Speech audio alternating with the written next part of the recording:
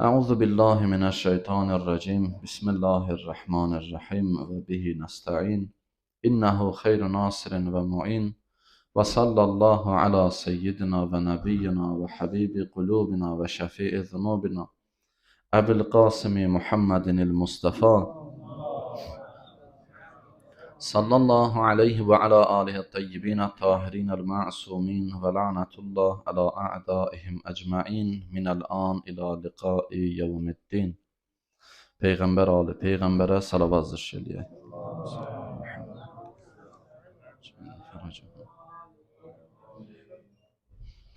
Bəli, bildiyimiz kimi mübarək cümə günüdür, ən üstün günlərdir və eyni zamanda Həzrət Əli əleyhissalamın mövlud günləridir, Rəcəb ayıdır və Rəcəb ayının 13-cü günüdür və bu günlər çox üstün, fəzilətli gündür və eyni zamanda Rəcəb ayı həm də üstündür ona görə ki, iki əzəmətli şəxsiyyətin Həzrəti Peyğəmbər salawatullahın beysəti Rəcəb ayındadır, 27-ci günü və imamətin birinci pilləsi olan Həzrəti Əli ibn Əbi Talib əleyhissalamın mübarək doğum günü də məhz Rəcəb ayının 13-cü günündə olub.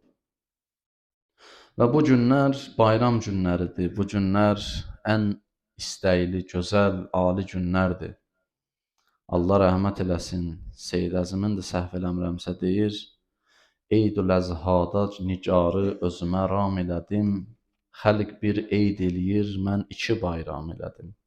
Cəmaat bir bayram eləyir, bu gün artıq iki bayramın bir arada olduğu gündür. Və bu günlərin qədrin biz bilməliyik və mən istərdim bayram günüdür, çox da sizin vaxtınızı almayacağım inşallah. İnşallah bir-iki dənə də Həzrətin mədhindən şeir deyirlər, qardaşlar deyər Allahın izni ilə. Və bir neçə kəlmə danışıb o Həzrətin dünyaya gəlişi və ondan bir hədis də təbərrükən deyib inşallah sözümüzü yekunlaşdıracağam. Və əvvəlcədən onu demək istəyirəm ki, Həzrəti Əli ibn Əbi Talibin şənin müəyyən qədər bütün dünyaya bəllidir. Müəyyən qədər qismən də olsa. Düzdür, onun mahiyyəti ilə dərk eləmək biraz çətindir. Çünki Həzrəti Əli əleyhissalama Peyğəmbər salavatullah buyurur ki, ya Əli, bunlar belə güman eləyir ki, səni tanıyırlar. Amma səni məndən başqa heç kəs tanımır.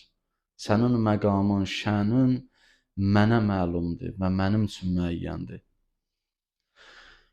Allah Teala Quran-ı Kərimdə bir ayədə buyurur, Bələd surəsinin əvvəlinci ayələrində. Buyurur, La uqsimu bihazəl bələd. And olsun bu şəhərə. Şəhərdən məqsəd təfsir alimlərinin sözünə görə və hamısı yekdil olaraq deyir, mübarək Məkkə şəhəridir. Peyğəmbərin peyğəmbərliyə çatdığı, orada yaşadığı və mübarək Kəbə evinin olduğu həmin o şəhər. Məhz həmin şəhərə Allah təbarək və təala Bələd surəsində and içir. Və o şəhərin özünün başqa ayədə buyurur ki, Bibəkkətə mübarəkən hudən lil aləmin, aləmlərin hidayəti üçün mübarək Məkkə şəhərindədir Kəbə evi. Həmin o ev oradadır, müqəddəs. Ev onu Həzrəti İbrahim və İsmail əleyhissalam o evi inşa elədilər. Yəni bildiyimiz bu Kəbə evin. Müsəlmanların qibləgahı olan mübarək Kəbə evin. Allah Teala həmin şəhərə and içir. Biz dərhal fikirləşirik ki, bu müqəddəs yerdir.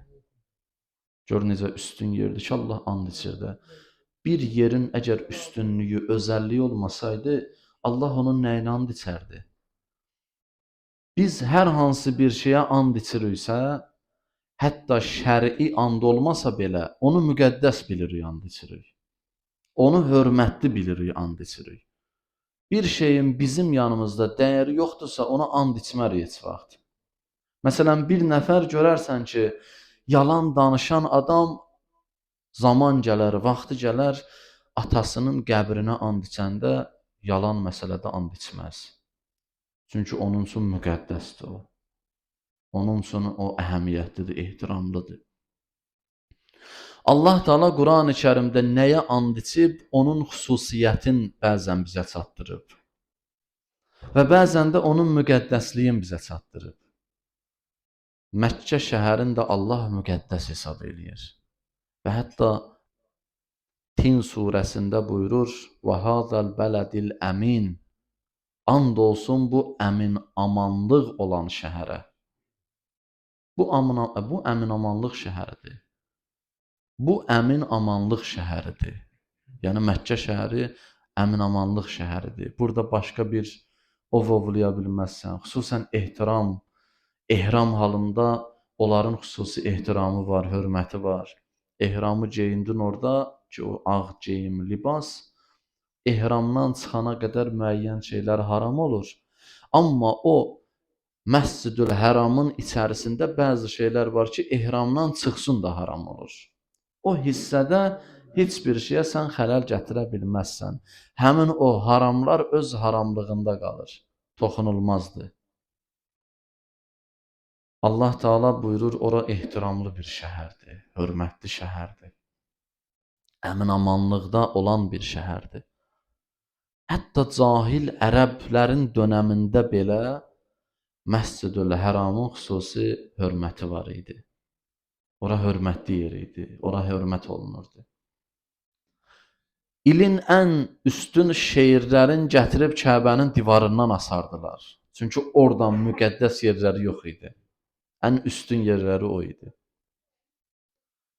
Məhz belə bir zamanda Mövla Əli ibn Əbi Talib əleyhissalam həmin yerdə dünyaya göz açır. Həmin yerdə dünyaya göz açır. Hakim Nişapuri Əl-Mustədraç aləs-Səhiheyn kitabında, əsərində gətirir, Həzrəti Əli əleyhissalamın Kəbədə dünyaya göz açma məsələsini müzakirə edir.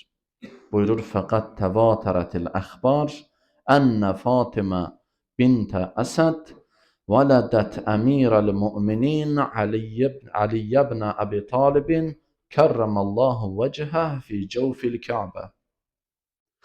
Buyurur, artıq mütəvatir həddə gəlib bizə çatıb ki, Əli ibn Əbi Talibi Fatimə binti Əsəd mübarək Kəbə evinin içərisində dünyaya gətirib.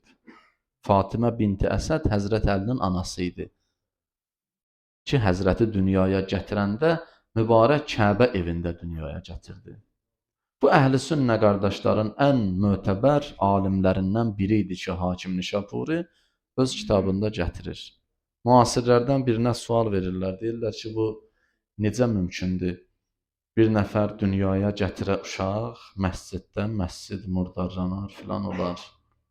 Bu mümkünsüz bir şeydir. Fikir vermişsindir, bəzi yerlərdə də bu sözlər deyilir. Amma çox təəssüflər olsun ki, o sözü deyənlər fikirləşmirlər ki, İslamdan əvvəl olmuşdu bu hadisə. Yəni o zaman müşriklər Kəbə evinə girirdilər, çıxırdılar. Və onlar üçün, üzr istəyirəm, qüsurlu olub olmamağın heç bir əhəmiyyəti yox idi o məsələdə. Kəbə evinin murdarlanıb murdarlanmamasının ciddi bir əhəmiyyəti yox idi. Və xüsusən boyunda qüsulun olub olmamasının onlar üçün heç bir əhəmiyyəti yox idi. Çünki onda onlar bilmirdilər elə şeylər. Amma Həzrəti Əli əleyhissalamın orada dünyaya gəlişin bu bəhanə ilə istəyirlər məsələni oradan biraz məcrasından çıxardalar. Kənarlaşdıralar ki, müəyyən şübhələrlə bu olmayıb, bu mümkün deyil.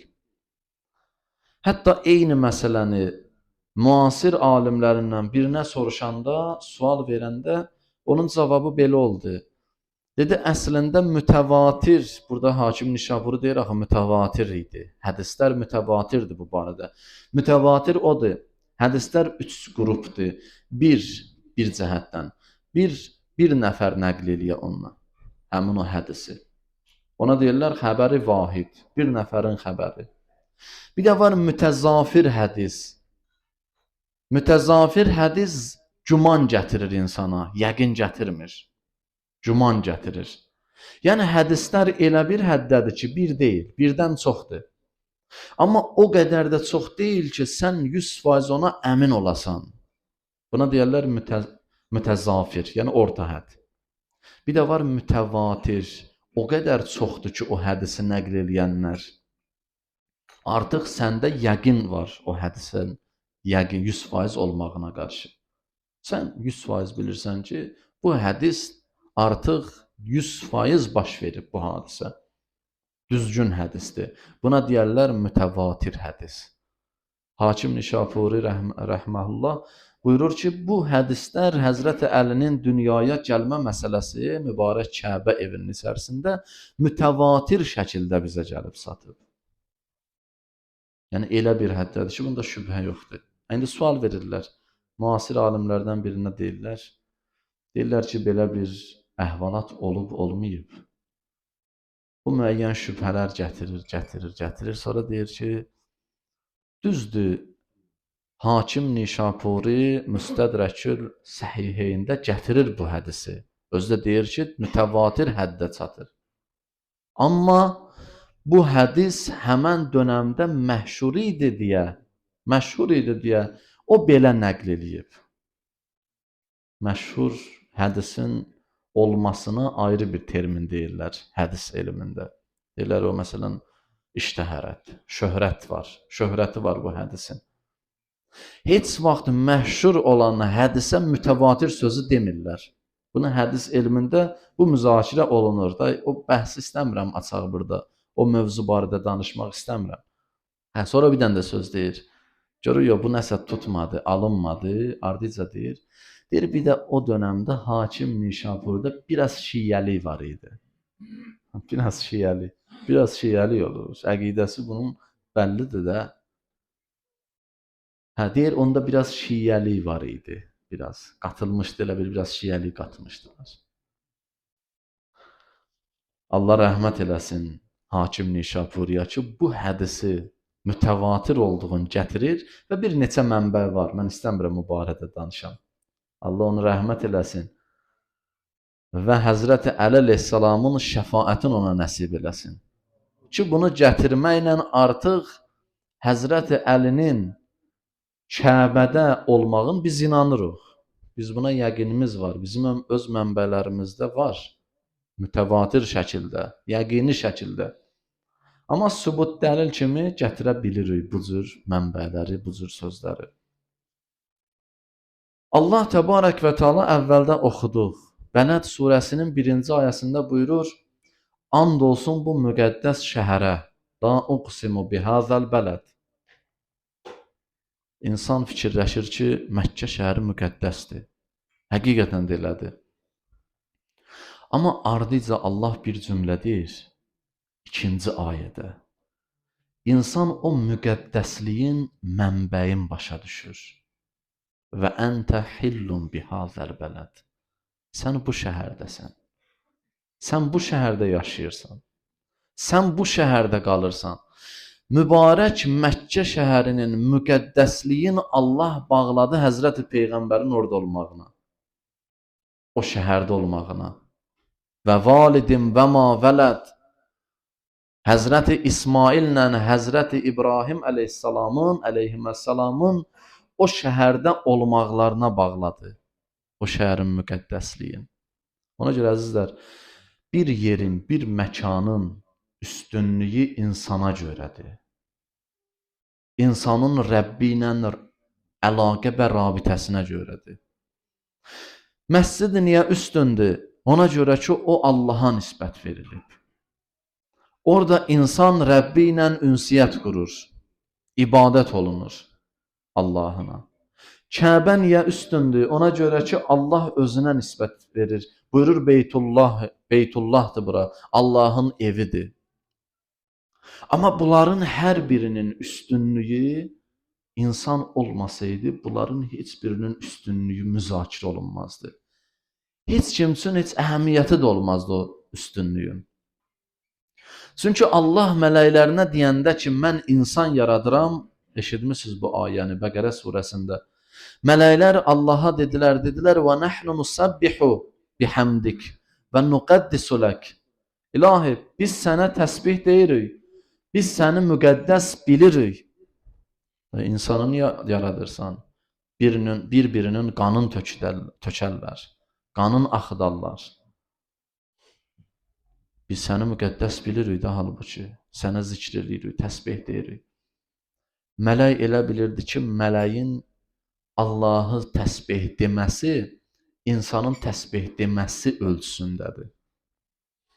Mələk elə bilirdi ki, mələk Allahın müqəddəs bilməyi ilə insanın Allahı müqəddəs bilməyi eyni səviyyədədir. Amma Allah sübut elədi Həzrəti Adəmi yaradandan sonra mələklərə və allamə Adəməl əsma'a kullaha thumma aradahum aləl mələikə fəqalə ənbiuni bi əsma'i haula. Elə ki Adəmi yaratdı, ona bir qrup adları öyrətdi və sonra üzün mələklərə tutdu. Dedi, bu adları deyin. Görün bilirsiniz, bilmirsiniz. Və qalu subhanəkə la ilmə lənə illə ma allamtana innəkə entəl alimul hakim. Mələklər dedi, ilahi sən paksan, bütün eyib nöqsanlardan uzaqsan və sən bizə öyrətdiyin miqdar bilirik biz, artıq bilmirik. Həmin miqdar nə qədər öyrətmisən, ibadətdə, itaətdə. İndi biri deyə bilər, Allah insana da öyrədib bilir. İnsanda müəyyən o potensial var. Allah o potensialı istəyir təqdim eləyə mələklərə. Yəni düşünərək tapır. O potensialı Allah verib insana. Amma insan düşünərək, fikirləşərək tapır, həqiqətinə varır. Həqiqətinə yetişir. Mələk proqram əsasında idisə, 1000 illərdir, həmin proqramdır. Mələkdə həmin ibadətdir, həmin itaətdir, həmin proqramdır. Digər canlılarda da elədir. 1000 il bundan əvvəl bal arısı necə bal istehsal eləyirdi, bu gün də həmin çərçivədədir. Düzdür, indi ola bilər biraz kömək ona çoxalıb, amma əvvəlki istehsaldır. Əvvəlki şəkildə istehsal eləyir. 1000 illər bundan əvvəl digər həşəratlar necə tozlanma işində yardımcı olurdular ağaclara, bitkilərə, təbiətə və s. Bu gün də həmin şəkildədir. Amma 1000 illər bundan əvvəl insan bugünkü insandan nə qədər fərqlənir? Allah həmin potensialı mələklərə göstərdi. Buyurdu ki, sonra Allah Adəmə dedi, ya Adəm, ey Adəm, sən öyrət bunlara, de.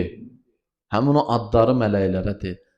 İndicə yaranmış bir bəşər mələklərə dərs deyir.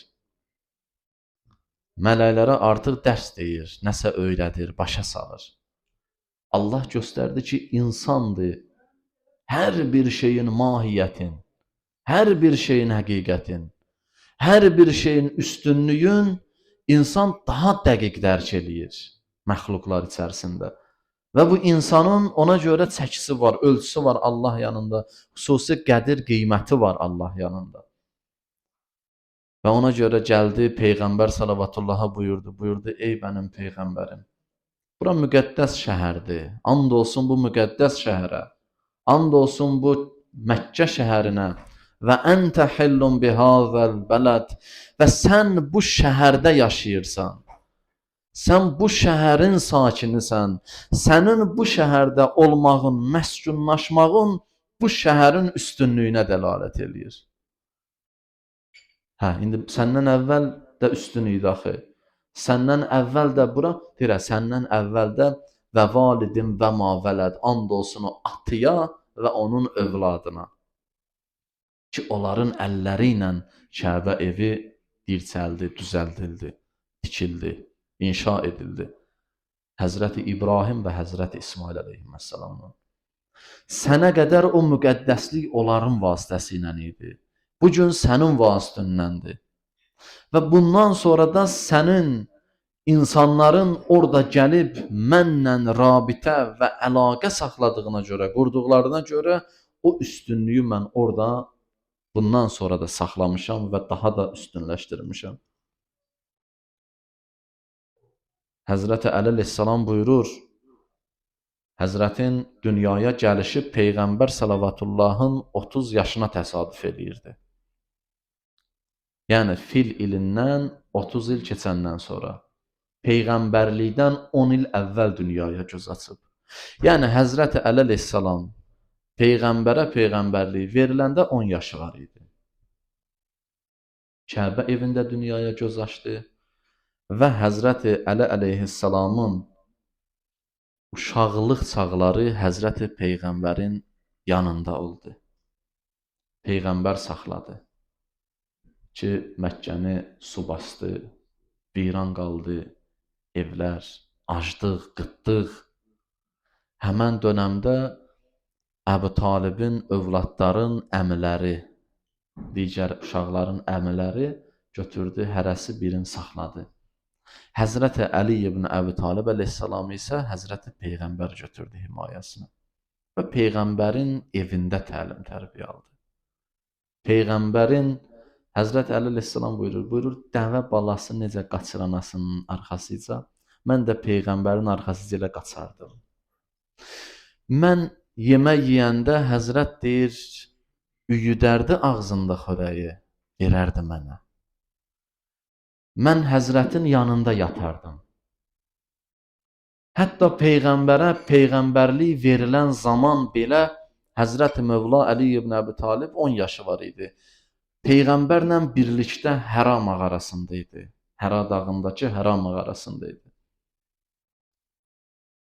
Və orada bir hədisdə də var. Həzrəti Peyğəmbər salavatullah buyurdu, ya Əli, mən gördüyümü, mən eşitdiyimi sən də eşidirsən. Amma bir dənə fərqlə məndən sonra Peyğəmbər olmayacaq. Yoxdur, sən Peyğəmbər deyilsən. Amma mənim gördüklərimi, mənim eşitdiklərimi sən də eşidirsən. Bunu da Həzrəti Peyğəmbər salavatullah buyurdu. Mən dediyim kimi, çox da vaxt uzalmaq istəmirəm. Həzrət Əli əleyhissalamdan bir hədis oxuyum. Həzrəti Əli əleyhissalam buyurur, Əyyuhənnas, ey insanlar, İnnə əxvəfə ma əxafu aleykum ithnətan. Buyurur, sizə görə mən iki məsələdən, iki şeydən daha çox qorxuram. O ikisi sizi məhvə sürükləyər. Həzrətin həyatı böyük bir təcrübə idi, özü də məsumun təcrübəsi. İnsanlar görə təcrübədən istifadə eləyir axı. Niyə deyirlər böyüyə qulaq as? Böyünün sözünə qulaq asmayan peşman olar, böyük bəlaya düşər. Bizim atalarımız deyib də dədə-babalarımız, Allah onları rəhmət eləsin. Ona görə ki, onlar təcrübəyə malikdilər. Onlar elə bir şeyi verib o təcrübəni alıblar ki, həmən şey insanın ömründə bir dəfə olur. O da ömürdür, yaşdır, vaxtdır, zamandır. Onlar zamanın satıb təcrübə alıblar. İndi təsəvvür elə, məsum öz zamanın satıb təcrübə əldə eləyə. Görün, bu necə əhəmiyyətlidir. Bəşəriyyət üçün necə önəmlidir. Peyğəmbər 63 ilin verdi. Həzrəti Əli ibn Əbi Talib əleyhissalam illərin verdi ki, həmin o təcrübəni əldə eləsin. Məsum olan şəxs o təcrübəni əldə eləmək üçün ömrün verib. Peyğəmbər salavatullah günü-gündən istiğfar eləyərdi. Hər gün 70 dəfə istiğfar eləyərdi azı. Niyə? Ona görə ki, bugünkü məqama mən dünən niyə çata bilməmişəm? Bugünkü təcrübəni dünən niyə əldə eləyə bilməmişəm? Təcrübə görün nə qədər əhəmiyyətlidir. Həzrət Əli əleyhissalam buyurur, həmin o məsum təcrübəsi ilə. Buyurur ki, ey insanlar, sizə görə iki işdən qorxuram. Ki, bu iki şey sizi məhv eləyər. İttiba'ul həva və tulul əməl. Buyurur, onlardan biri həvayı nəfsizə tabi olmağınızdır və uzun uzadı arzularınızdır. Bu ikisi sizi məhv eləyəcək. Sizə görə bu ikisindən qorxuram. Qorxuram ki, bu ikisi sizdə ola ya biri ola sizdə sizi məhv eləyə. Ehtiyat eləyirəm. İnsanın nəfsinə tabi olması o qədər insanı tez bir zamanda həlak eləyər, o qədər tez bir zamanda məhv eləyər ki, heç bir şey onun kimi tez və sürətli baş verməz.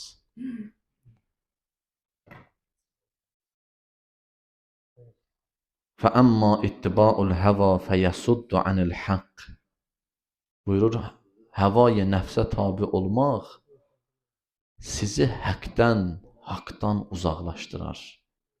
Haqla arızda bir sədd yaradar. Çünki nəfsivə sən tabisən axı. Sən üçün haqq maraqlı olmaz.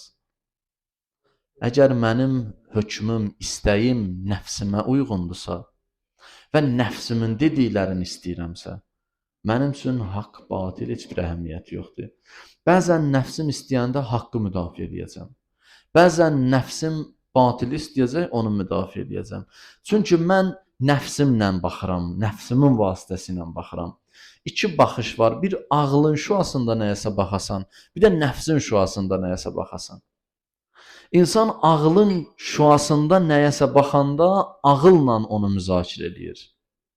Nəfsi istəklərin kölgəsində, şüasında nəyəsə baxanda nəfsani istəyinə uyğun onu mənimsəyir. Başqa sözlə desək, insan bir şeyi dərk eləmək üçün, başa düşmək üçün hansı yolla, ağıl yolu ya nəfs yolu ilə getməyi önəmlidir, əhəmiyyətlidir. Hansı yolla getsə, o yolla əldə edəcək, yetişəcək. Buyurur ki, فَأَمَّا اِتِّبَاءُ الْهَوَى فَيَسُدُّ عَنِ الْحَقِّ Həvaya nəfsə tabi olmaq insanı haqdan uzaqlaşdıracaq. Və əmmə tulul əməl fəyunsil axirə Ən böyük bəlada budur. Amma uzun uzadı arzulara insanın qurşanması belə deyək. Ancaq bu adam arzulayır, arzu eləyir, xəyal eləyir. Uzun uzadı, filan eləyim, filan eləyim, filan eləyim. Onu elədi, sonra o birin, onu elədi, o birin. Mərhələ deyir fəyunsil axirə. Həmən insana axirəti unutduracaq. Axirət onun yadından çıxacaq. Çünki bunun fikrində, planında başqa bir şey yoxdur. Axirət məsələsi yoxdur. Bu istəyir ancaq və ancaq arzularına çatsın. Arzular da uzanır, birindən sonra o birisi gəlir, o birindən sonra o biri gəlir. Yavaş-yavaş gəlib bir də görürsən, فَبِأَيِّ آلَاءِ رَبِّكُمَا تُكَذِّبَانِ Ki onu oxuyurlar, aparırlar. Hay Allah, mənim bəzi planlarım qaldı axı. Bir sənin planların çoxdan bitib. O sənin xülyalarındır qalan. Niyə arzular? İnsan plan qurmalıdır özü üçün. Bu pis hal deyil. Məsələn, bunu eləyəcəm, bunu eləyəcəm, bunu. Bunlar pis deyil. Amma onlar uzun uzadı, silsiləvi olanda o artıq plan yox, cədvəl yox, o keçir xülyalara. Xəyal. İnsan olur xəyalpərəst. İnsanın xəyalları gəlir, özün göstərir orada. Həzrət Əli əleyhissalam Kumeyl ibn Ziyada öyrətdiyi Kumeyl duası var. Bu duanın 4-cü günlər oxuyun. Çox gözəl, çox təsirli duadır. Allahla münacatdır. Çox böyük faydası var. Dua kitablarında demək olar hamısında var. Buyurur, ya səri'ər riza iğfir limən la yəmliku illət dua. Ey sürətli razı olan. Rəcəb ayıdır da, bu ayda Allahla insan münacatın gərək çoxalda. Nə qədər rabitəsini çoxaltsa öz Rəbbi ilə, həmin o xəyallardan uzaq olacaq. Həmin o arzulardan biraz uzaq olacaq. Real həyata baxa biləcək. Gerçək həyatı yaşaya biləcək. Buyurur, ey səri'ər riza, ey sürətli razılaşan, razılığı tez bir zamanda əldə olunan. Allaha deyir, sən tez bir zamanda sənin razılığı əldə eləmək olur. Biz bir ömür əlləşirik, əldə eləyə bilmirik axı. Bu necə olur? Həzrət belə buyurur. Deyir, insan o razılığı istəsə tez bir zamanda əldə eləyə bilər, amma insan istəsə bunu. İğfir limən la yəmliku illə dua. Bağışda o şəxsi ki, onun əlində duadan başqa heç bir şey yoxdur. Ancaq duası var. Ona görə deyilir, dua möminin silahıdır. Dua ilə insan hər bir məqamı fəth eləyər. Quran-ı Kərimdə Allah Teala buyurur, əgər dualarınız olmasaydı, bu ifadəni işlədir, dualarınız olmasaydı, İnsanın duası olmasa, insan müvəffəqiyyət əldə edə bilməz, uğur qazana bilməz. فَإِنَّكَ فَعَّالٌ لِمَا تَشَاءُ Sən istədiyini eləyənsən. Ya mən ismuhu dəva, ey o varlıq ki, onun adı dərmandır, müalicədir. Və zikruhu şəfa, onu zikr eləmək özü şəfadır. Və taatuhu ğina, ona itaət eləmək zənginlikdir. İrhəm mən rə'su malihir rəca, ey ilahi, ey Rəbbəl aləmin. O şəxsə rəhm elə ki, onun sərmayəsi ancaq ümiddir. Səndən ancaq ümid gözləyir. Bütün dünyada hər bir şəxsdən, hər bir şeydən ümidlərin kəsib, bağlayıb sənə. Rə'su malihi ər-rəca. Ancaq sərmayəsi sənə olan ümididir. Bundan başqa heç nəyi yoxdur. Və silahuhu əl-buka. Onun silahı ağlamaqdır. Sənin qarşında göz yaşı tökür. Sənin qarşında Həzrət Əli əleyhissalamı gördü bir nəfər bir gün nəql edir. Deyir, mən gördüm Həzrət Əli əleyhissalam ağlayır. Dedim, ya Əli, niyə ağlayırsan? Sən niyə ağlayırsan? İndi biz ağlasıq axirətimiz üçün bu başa düşüləndir. Bilmirik aqibətimiz nə olacaq. Həzrət Əli əleyhissalama deyir, sən niyə ağlayırsan? Bir dənə əməl eləyirsən, Allah Quranda bir ayə nazil eləyir. Bu əməlin qəbul olunduğuna dair. Bir iş görürsən, Allah razılığını bildirir Quranda. Peyğəmbər razılığını bildirir, Həzrəti Peyğəmbər salavatullah. Sən niyə narahatsan? Niyə ağlayırsan? Deyir, mən bilmirəm ki, mənim əməllərim qəbul olunub ya yox. Təsəvvür edin, bunu Mövla Əli ibn Əbi Talib əleyhissalam buyurur. Bizim imamımız, bizim fəxrimiz, nəinki bizim bəşəriyyətin fəxri, elə bir şəxs ki, dünyaya gəlişi ilə varlıq aləmində canlanma yaratdı. Həzrəti Peyğəmbər salavatullah onu bənzədir Harunla Musanın münasibətinə. Deyir, Harunun Musaya olan nisbətidir sənin mən olan nisbətin. Mənzilət hədisinə baxsız orada qeyd olunur. Şəhərdən hər müharibədə Həzrət Əli əleyhissalam Peyğəmbərlə birlikdə gedərdi, bütün müharibələrdə. Günlərin bir günü Həzrəti Mədinə şəhərində qoydu. Və başladılar Həzrət Əli əleyhissalamı məsxər eləməyə. Dedilər, səni qadınlarla birlikdə qoyur şəhərdə. Səni Peyğəmbər salavatullah aparmır. Özü ilə döyüşə. Bir dəfə baş verib bu hadisə, onda da başladılar Həzrət, sanki gözləyirdilər Həzrət Əli əleyhissalamı tənə eləsinlər, məsxər eləsinlər. Bir şans düşmüşdü əllərinə, bir şərait düşmüşdü əllərinə ki, Həzrətə istehza eləsinlər. Həzrət gəldi baş aşağı Peyğəmbər salavatullahın yanına. Peyğəmbər salavatullah buyurdu, nə olub, niyə xəcalətlisən? Dedi, ey Allahın Peyğəmbəri, olar mən də gəlim səninlə döyüşə. Axı bunlar mənə məsxər eləyir. Deyir, sən istəmirsən ki, Harunla Musanın nisbəti bizim aramızdakı nisbət onun kimi olsun. Necə ki, Həzrəti Musa çıxanda bir öz qövmünün arasından gedəndə qardaşı Harun Peyğəmbər idi həm də. Musa əleyhissalam qardaşı Harun əleyhissalamı öz yerində qoyardı ki, insanlar yolun azmasın. Arxayın olsun deyə Həzrəti Musa ki, qardaşım cəmiyyətin arasındadır, insanların arasındadır. İstəmirsən ki, onların nisbəti kimi olsun bizim nisbətimiz. Mən çıxıram, gedirəm və səni öz yerimdə qoyuram. Bir fərqlə ki, məndən sonra Peyğəmbər yoxdur. Sənin mənə nisbətin Harunun Musaya olan nisbəti kimidir. Təsəvvür elə, bu qədər məqam verilən şəxs deyir, bilmirəm ki, hansı əməllərim qəbuldur, hansı qəbul deyil. Ona görə ağlayıram. Mövlud günüdür, Allahın və izzətinə, zəmmətinə bu Mövlud günün Həzrəti Əmr əleyhissalamın yolun getməkdə bizləri müvəffəq eləsin.